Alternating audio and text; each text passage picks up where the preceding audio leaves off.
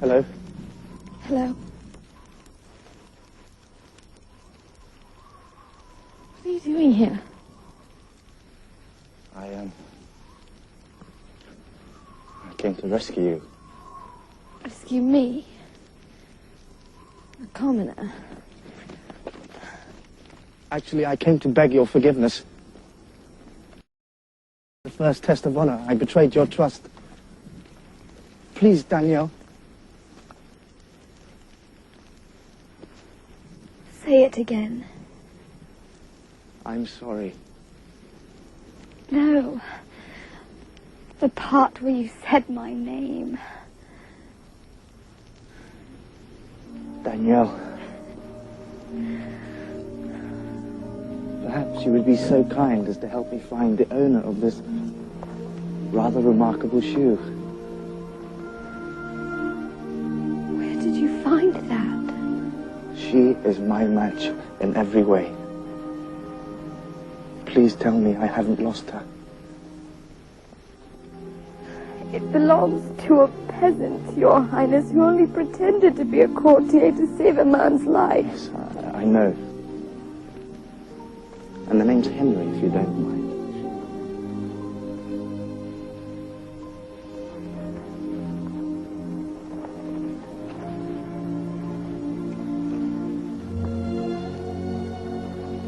I kneel before you not as a prince, but as a man in love.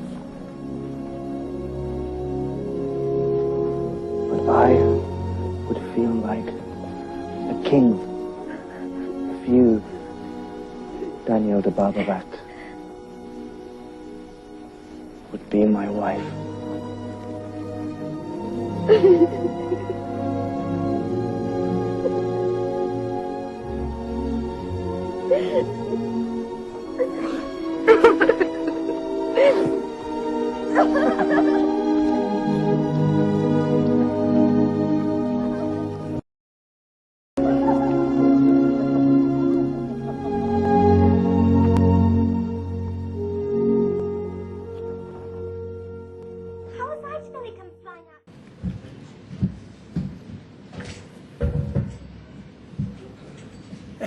Oh, that's mushy, isn't it?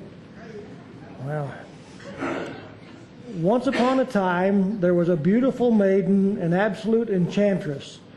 She might be the daughter of a king or a common servant girl, but we know she is a princess at heart. She is young with a youth that seems eternal. Her flowing yellow hair, her deep green eyes, her luscious lips, her sculptured figure, she makes the rose blush for shame. The sun is pale compared to her light. Her heart is golden. Her love is true as an arrow. But this lovely maiden is unattainable, the prisoner of an evil power who holds her captive in a dark tower. Only a champion may win her. Only the most valiant, daring, and brave warrior has a chance of setting her free. Against all hope he comes. With cunning and raw courage he lays siege to the tower and the sinister one who holds her. Much blood is shed on both sides. 3 times the knight is thrown back, but 3 times he rises again. Eventually the sorcerer is defeated, the dragon falls, the giant is slain. The maiden is his. Through his valor he has won her. On horseback they ride off to his cottage by a stream in the woods for a rendezvous that gives passion and romance new meaning. Oh, yeah, okay. I read that straight from the book. Yeah, you didn't know I could read, did you? I'm impressed too, yeah. Let me just welcome you to the final week of our series called What Women Want. And in this series, what we've been doing, we've been talking about the reason for which God created Eve to begin with. That's kind of a confusing thing in a lot of ways for many of us. And what we've learned is that God created Eve to begin with to reveal a part of himself that we might otherwise find maybe almost impossible for us to see or understand or comprehend. Part of God that might be hidden from our sight. And the basic question we've been asking is this: what is a woman? What is a woman? Not what should a woman do, not what should a woman be, where's a woman's place in this world, none of those kind of things, but what is a woman? Because once we understand what a woman is, then we can know as well why God created her, and she also can know her reason for being here. Now, most of us have a little bit of a difficulty understanding those kind of things, but in answering that question, we went back to the very beginning, to the story of Eve, and we're going to kind of do that again here today in some degree, because that's really where we learn who God created Eve to be and what a woman is. And the Bible tells us that in the beginning, God created the heavens and the earth, and within that creative process, we find God creating mankind, who is the crown of God's creation. But we also discovered that one of the most awesome things that God did in this crown of creation is that the very last thing that He created was woman. Now, I took you back through that whole process and said, you know, that God created from the least to the greatest, you know, light from darkness. He created, you know, grass for the cattle to eat before He created the cattle, so on and so forth. And the final thing that God created after He created man was woman, was Eve. Meaning that in the technical sense, Eve is the crown of God's creation. Yes, mankind is, but more specifically woman, and all that a woman is. So in the same way that Adam was created to reveal that side of God that is very much the warrior, the protector, the defender, Eve was created to reveal a part of God that is more awesome and more beautiful than probably, and more alluring than any of us guys for sure, and probably most gals would ever dream imaginable or possible.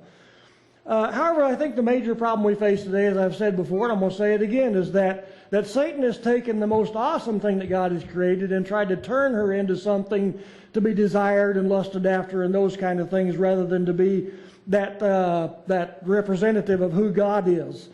Instead of being the one through whom God reveals a mysterious and awesome part of His own nature. As a matter of fact, Romans chapter 2 and verses 22 and 23 says this about God: professing to be wise, they became fools and exchanged the glory of God, the incorruptible God. Now you can kind of exchange that word glory for beauty if you want to, and we're going to kind of do that here today. That's really what it's talking about. Exchanged the beauty, the glory of the incorruptible God for an image in the form of corruptible man. Man, I think, is being used loosely in this sense, because I think that really what he's talking about is, you know, there's a lot of worship going on, and most of us guys worship women in many ways, and birds and four-footed animals and crawling creatures and so on and so forth. We understand that part. So this really is revealing the beauty of God Himself. So in this creation account, we find that God created Eve because something was not right without her. Remember, God every day that God made of creation, God said it's good, it's very good, that's really awesome, that's good, it's very good, until He got to the point after He created Adam, and He trotted all those animals by Adam, and He said there's not anything found here that's going to be suitable for him, you know. So He said it is not good for man to be alone.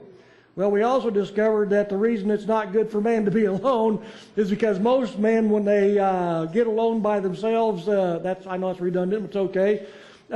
We tend to cave out, you know. If we get upset about something, we'll go hide out somewhere.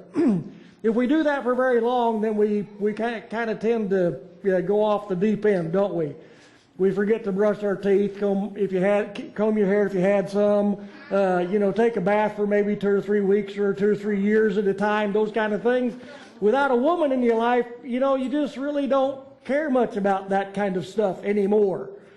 I think that's the point, and that's why God created Eve to begin with. God said, man, it definitely ain't good for man to be alone.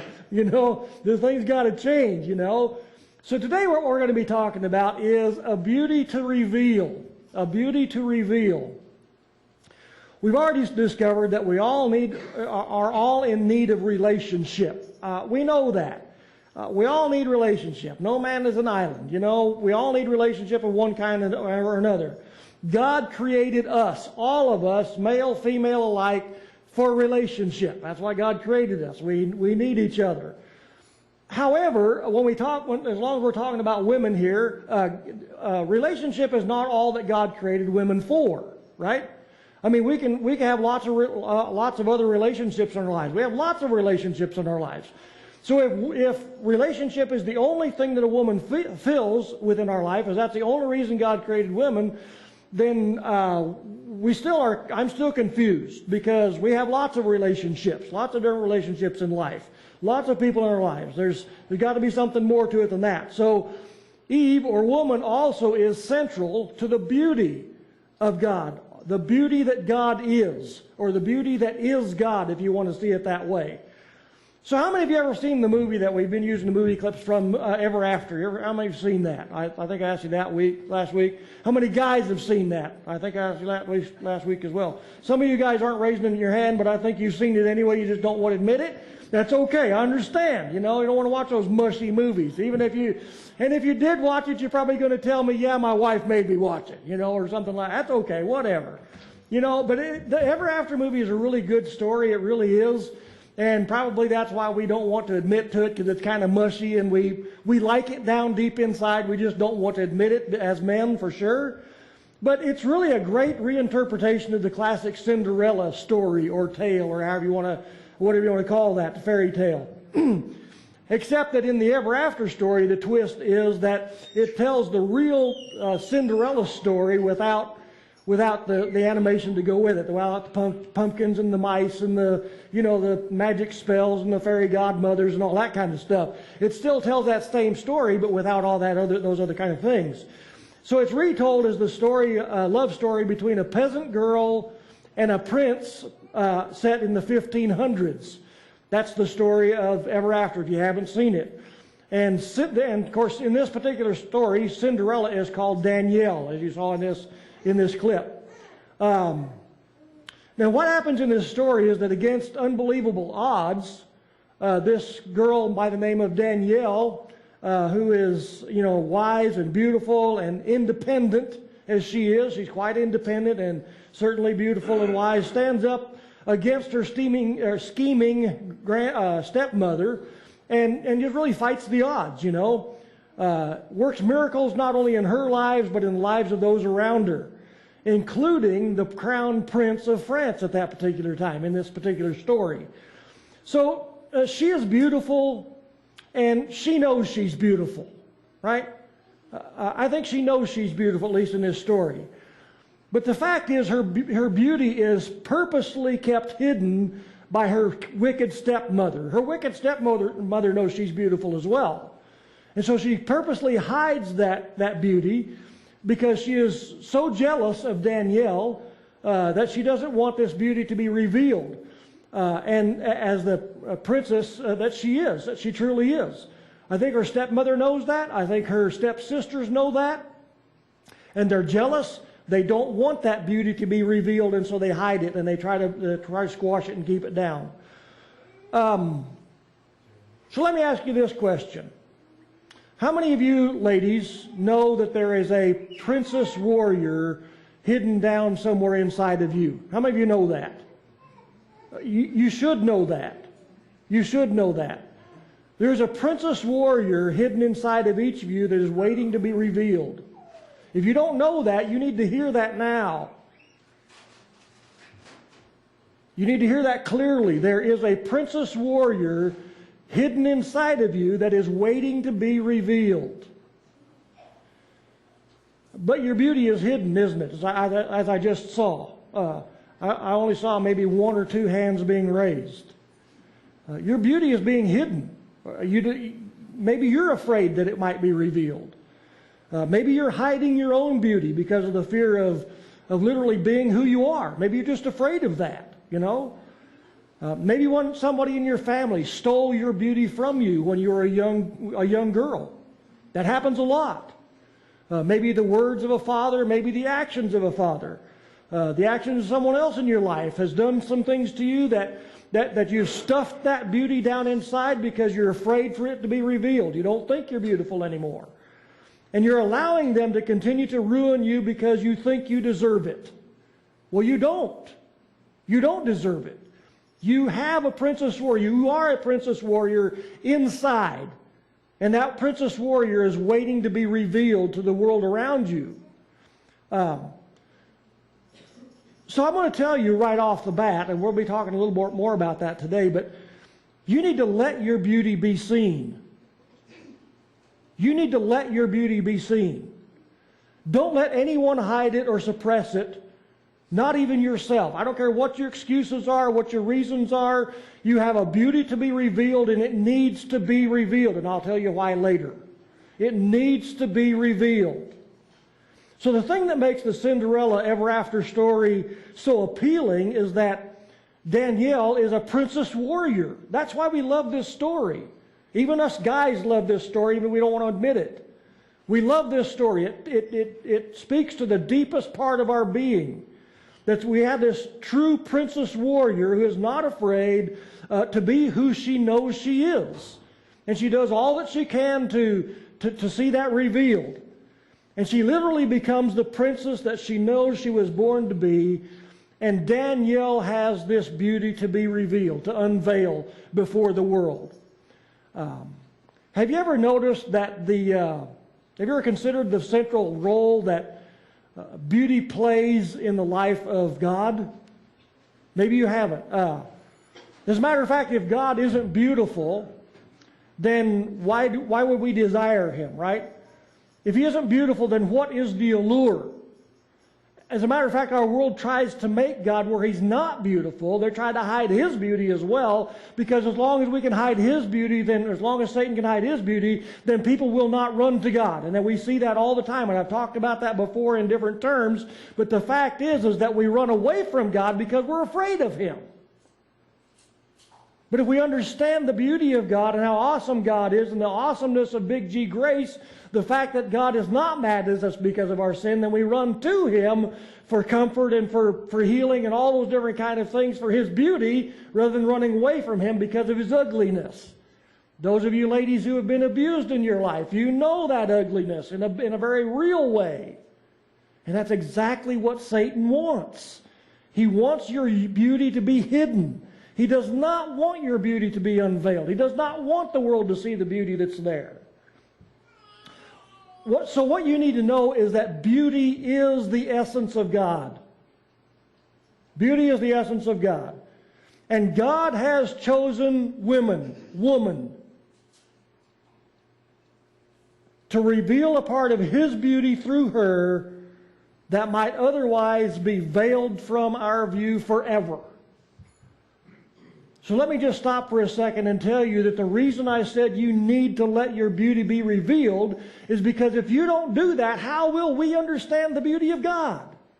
If that's who God has created you to be, which He has, then how will we ever be able to understand the beauty of God if you don't let your beauty be seen? If you keep your beauty veiled? That's why God created you to begin with. And as long as you veil it, as long as you keep it hidden, us guys as well as you gals may never understand it, may never see the beauty of God. That may always be veiled before our eyes. So it's my opinion that our desire for her, guys, our desire for her, and gals, our desire for her, is the strongest evidence of our desire for God. Maybe I need to say that again. Our desire for her, in my opinion, is the strongest evidence of our desire for God. We are looking for the beauty of God, and we think we're going to find it in her. Well, and we can. But so often, it is veiled from our sight. Women are abused. Women are, used. Women are lusted after, and so they hide their beauty. They veil their beauty because they're afraid of what might happen if they don't. But listen, if you don't, we don't see God either. We don't understand the beauty, the essence of God, our desire for Him. So what we try to gain through our desires for women betrays our inborn desire for the beauty and the allure of God Himself. Now, I don't know if you've ever heard anybody talk about the beauty and the allure of God, but it's got to be there, because beauty calls us and relationship keeps us. But it's beauty that calls us, is it not? We don't look at a woman and say, I would really like to have a relation, and I'm using this in the best of terms. I'd really like to have a relationship with her. I'd like to, I could spend the rest of my life talking to her. Now, usually when we're attracted from the beauty standpoint, right? Us guys, maybe you gals don't understand that. Maybe you do. You probably do. And that's why you hide your beauty so much as well, because you don't want to be attractive. Well, us guys find you attractive anyway, right? So we are initially attracted because of the beauty of the woman, but then relationship is really what keeps us, and relationship is really what you gals are looking for as well. So you need to know something right here. You need to know that she, woman, will never be able to fill the hole that is left in your life in God's absence. Quite honestly, that's a hard thing to say. It's probably a hard thing to hear. But she will never be able to fill the hole that is left in God's absence. If I were to say that the other way, I would say that us guys are constantly trying to fill the hole that God leaves in our lives with her. We have this desire in our life for this beauty, this relationship, this compassion, all these things. And as I said a moment ago, that is the strongest evidence of our desire for God, is when our desire for her. So we try to fill that hole with her rather than with God. That's where the problem is. That's where the problem comes. Now, if we'll fill that hole with God, then she also will fulfill all that God has designed her to be as well. She was created by God to reveal that part of God that we all find so alluring and so desirable, and that is impossible to resist. Beauty and the rest that beauty brings to our souls, beauty and the rest that beauty brings to ourselves can only be fully realized in Jesus Christ, not in her. We try to have it completed in her, but it can't be. And that's why so often men go from one woman to the next woman to the next woman trying to fill that hole. So let me ask you this question. Let's think about it this way. Have you ever sat on a mountain road or mountaintop somewhere and admired the beauty of God's creation? How many of you have ever done that? Yeah, we all probably have. We've all sat out in the countryside somewhere and admired the beauty of God's creation. Maybe a beautiful sunset, maybe the beautiful trees that we see, maybe the animals that are around us, the birds or whatever, all those kind of things. And there was a part of your soul that found rest in taking in all that beauty, right? I mean, we all feel that. You know, when we see the beauty of God's creation, there's a certain peace and a certain rest that comes from taking it all in. But you know what? When death is at our doorstep, you know, speaking from a purely human standpoint, the kindness and the beauty of a woman brings more peace and more comfort and more assurance than any amount of mountain scenes and beautiful sunsets could ever give. Is that not true? Yeah. As a matter of fact, when we're on death's door, she is what we desire most. You read in the Old Testament, I should have looked this up, but you read in the Old Testament that David, the king, in his old age, when he was really close to dying, that's really what he wanted, was a woman to come and sit next to him, to be close to him. That's what he wanted most. He didn't want to sit on the porch and watch a sunset. He wanted a woman to be near him. I rest my case. But isn't that really what every woman really wants to hear as well? This beauty part? Doesn't every woman want to hear that you're more beautiful than a mountain scene, more radiant than a desert sunset? Doesn't every woman want to hear that you are absolutely breathtaking?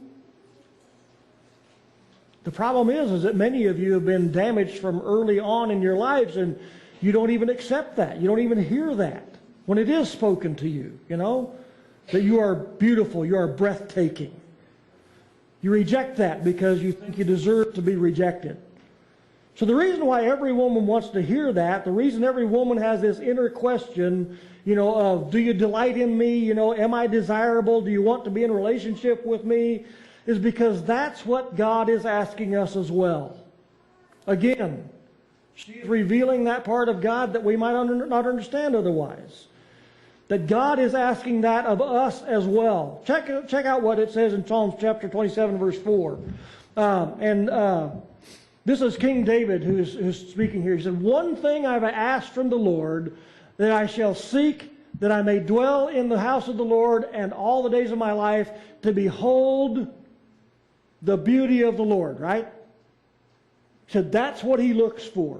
That's what he's looking for. One thing I've asked from the Lord, that I shall seek. This is what he's really looking for. That I may dwell in the house of the Lord all the days of my life, to behold the beauty of the Lord. Is God not beautiful? Well, yes, he is in that sense of the word. He is beautiful. If he's not beautiful, then what's his allure? Why do we run to him? Well, if we don't see God as beautiful, then we're not going to run to him. Just like if you don't see a woman as beautiful, you're not going to run to her either, guys. I don't have to tell you that. You already know that. You run to her because you find her beautiful. Not because you find her, unattractive or whatever the case might be.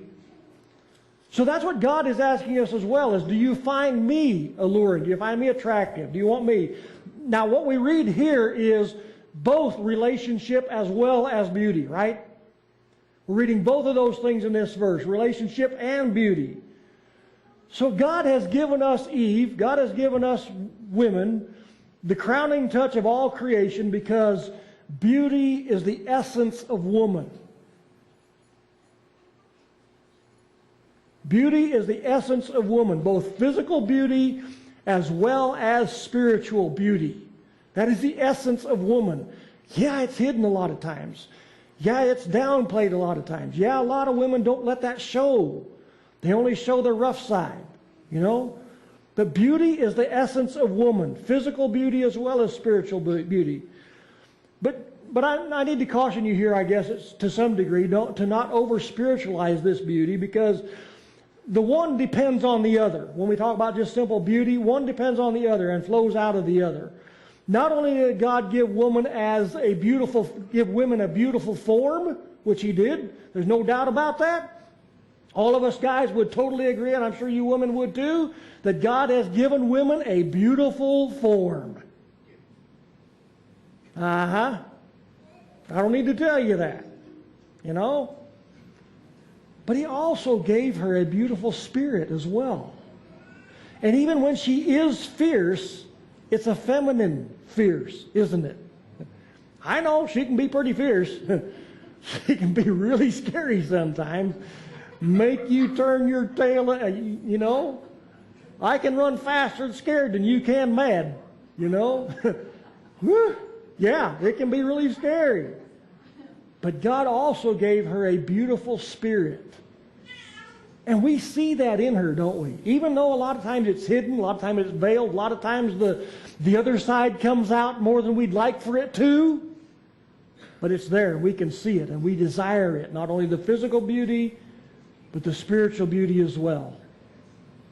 That awesome beauty that God has given her. Both of which are designed to draw us to the beauty and the magnificence of God himself. That's what God has designed her to be. Okay, so let's just jump to the conclusion of the Ever After story and see how awesome it is when Danielle is finally revealed for who she really is. I think we saw that in that clip a few minutes ago. After years of being told that how undesirable and unwanted she is, Danielle is finally rescued, is she not? She's finally rescued by the one who not only sees her for who she really is on the outside, but also sees her for who she is on the inside.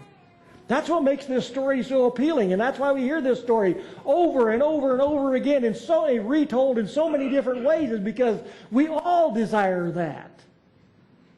And she's beautiful, inside and outside. She may not be able to see it, she might not know it sometimes, but we can see it, and we desire that. She literally embodies the exquisite beauty of God himself. the exotic mystery of God, if you can say it that way. And she does that in a way that nothing else can. Not a sunset, not a dog, not a cat. Nothing else can. She does that in a way that nothing else on this earth could possibly come close to. So let me ask you this question. Think about it this way. Do you want to know and understand the essence of God? Do you want to know and understand who God is? Then look at her. Ladies, look at yourself. Or look at the lady beside you, whichever you prefer. That's where it's at. They, ladies, you, truly are the crown of God's creation. I'm convinced of that. I'm convinced of that. And you are created by God to be princess warriors by our side. To be princess warriors that God has created you to be. Don't hide that. Don't hide your beauty. Don't squelch it. Let it be seen. Let the beauty of the outside be seen as well as the beauty of the inside. Because God has created you to be princess warriors by our side. That we might be warriors together in God's kingdom. Why? Because the Lord is a warrior. The Lord is His name. God is awesome. Lord bless you all. Amen.